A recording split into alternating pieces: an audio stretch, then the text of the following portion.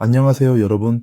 2026년 1월 22일 대한민국 증시 역사에 새로운 장이 열렸습니다. 코스피 지수가 마침내 장중 5천선을 돌파한 겁니다. 불과 2년 전만 해도 2,500선에서 갇혀있던 한국 증시가 어떻게 이런 퀀텀 점프를 할 수 있었을까요? 물론 반도체 사이클의 훈풍도 있었지만 전문가들은 하나같이 구조적 변화를 꼽습니다.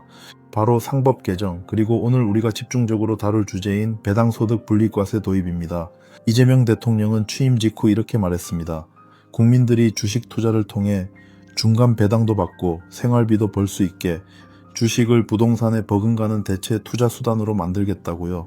그리고 그 약속은 현실이 되고 있습니다. 오늘 이 영상에서는 배당소득 분리과세가 정확히 무엇인지, 어떤 변화를 가져오는지, 그리고 여러분의 투자에 어떤 영향을 미치는지 15분 안에 깔끔하게 정리해 드리겠습니다. 먼저 기존 제도가 왜 문제였는지부터 짚어볼게요. 지금까지 한국에서 배당소득은 이렇게 과세됐습니다. 배당소득과 이자소득을 합친 금융소득이 연 2천만 원을 넘으면 여러분의 근로소득, 사업소득과 전부 합산해서 종합소득세를 매겼습니다. 이른바 금융소득 종합과세입니다. 문제는 누진 세율입니다. 소득이 합산되니까 세율이 계단식으로 올라가요. 배당을 많이 받으면 받을수록 기존 소득이 밀어올린 세율을 그대로 적용받아서 최고 45%, 지방세 포함하면 무려 49.5%까지 세금을 내야 했습니다. 미국은요, 배당소득의 일괄적으로 약 22%를 과세합니다. 다른 소득과 합산하지 않아요. 일본도 배당에 대해 약 20%의 분리과세를 적용합니다. 한국만 유독 높은 세율로 배당에 페널티를 주고 있었던 거죠.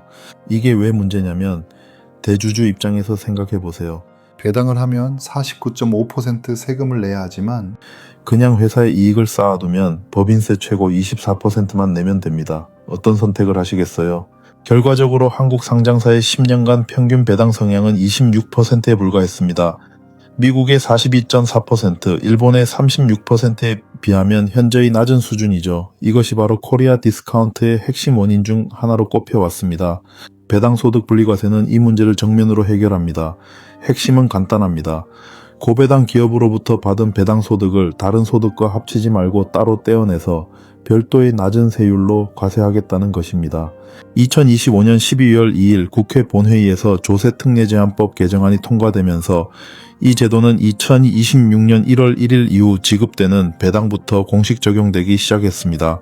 자, 그럼 확정된 세율을 구체적으로 살펴볼게요. 처음에 정부안은 최고 세율 35%였습니다. 하지만 국회 논의 과정에서 여야가 합의해 최고 세율을 25%까지 낮추고 50억 원 초과 구간에 30%를 적용하는 것으로 확정됐습니다. 한눈에 보셔도 차이가 확 느껴지시죠? 기존의 49.5%였던 세율이 대부분의 투자자에게는 20%에서 25% 수준으로 확 낮아집니다. 다만 모든 기업의 배당에 적용되는 건 아닙니다.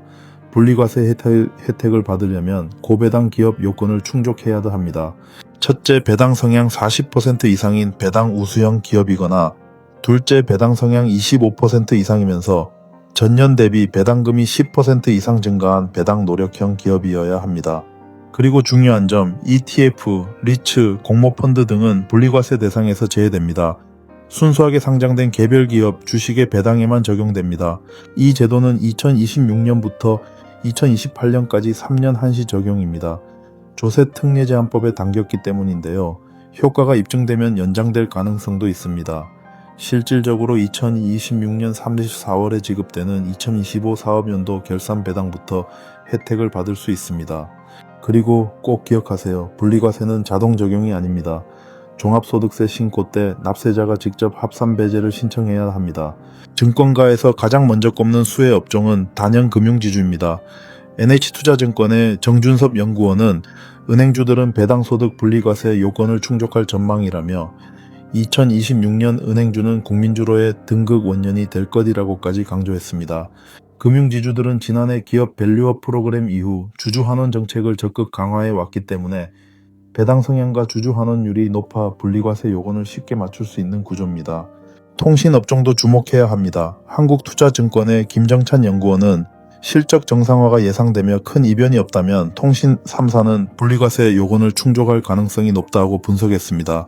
NH투자증권의 김종영 연구원이 선별한 올해 배당 성향 40% 이상 예상 종목들을 보면 포에스큐 홀딩스, KTNG, 삼성화재, 카카오뱅크, LG, 현대엘리베이터, 현대제철 등이 포함됩니다. 해당 요건을 충족하는 상장사는 전체의 약 12% 수준으로 예상됩니다. 숫자로 보면 약 350여 개 기업인데 증권업계에서는 실제로는 이보다 적을 수 있다고 봅니다.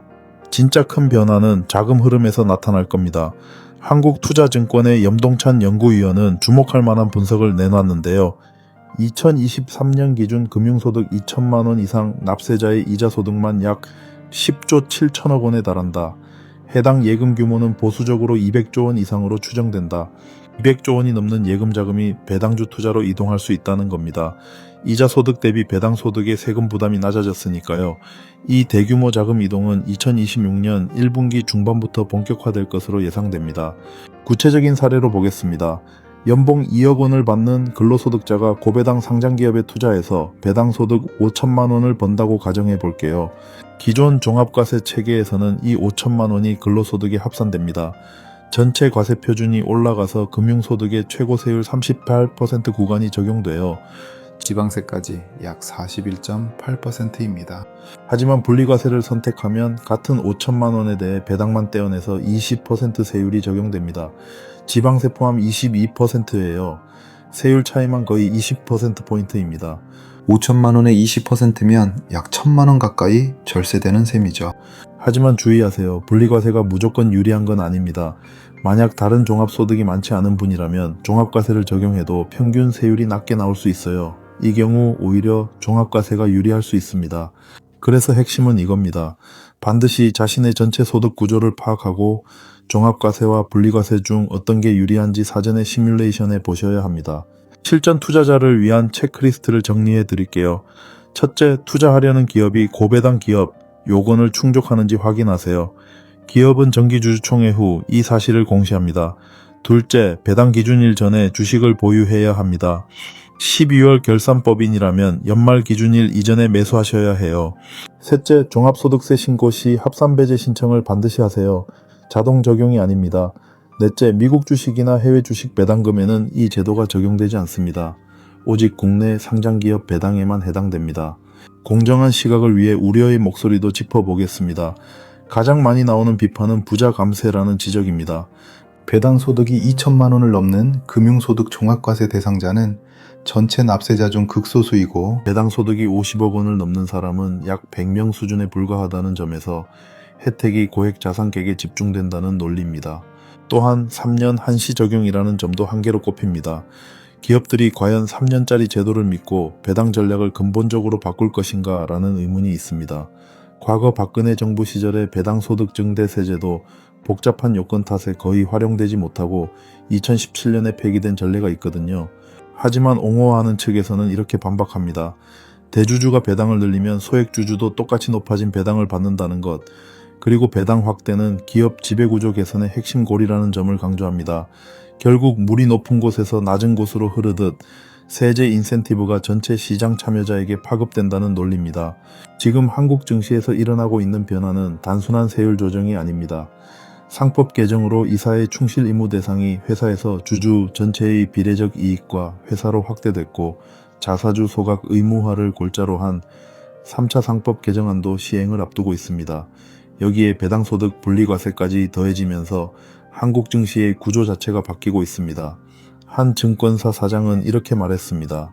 상법 개정에 더해 배당소득 분리과세가 도입되면 코스피 지수가 4천까지 도달할 수 있는 환경이 조성될 것이라고요.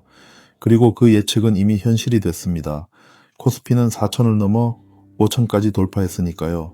정부는 배당소득 분리과세에 더해 장기투자자에 대한 비과세 혜택 강화와 서학개미 귀환을 위한 소득공제 정책도 추진하고 있습니다.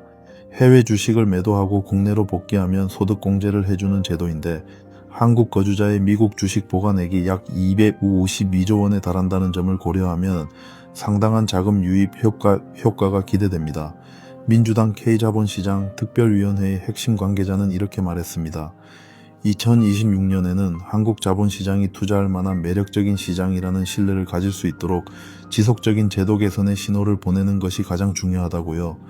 오늘 내용을 세 줄로 요약합니다. 하나, 배당소득 분리과세로 최고 세율이 49.5%에서 30%로 크게 낮아졌습니다. 대부분의 투자자는 20%에서 25% 세율을 적용받습니다. 둘, 금융지주, 통신, 고배당 기업이 핵심 수혜주이며 200조 원 이상의 예금 자금이 배당주로 이동할 가능성이 있습니다. 셋, 분리과세는 자동 적용이 아닙니다. 고배당 기업 요건 확인, 기준일 전 매수, 종합소득세 신고, 시 합산배제 신청, 이 세 가지를 반드시 챙기세요. 대한민국 증시가 코리아 디스카운트에서 코리아 프리미엄으로 전환하는 역사적 순간을 함께 지켜보고 계십니다. 이 변화의 흐름에서 현명한 투자 결정을 내리시길 바랍니다.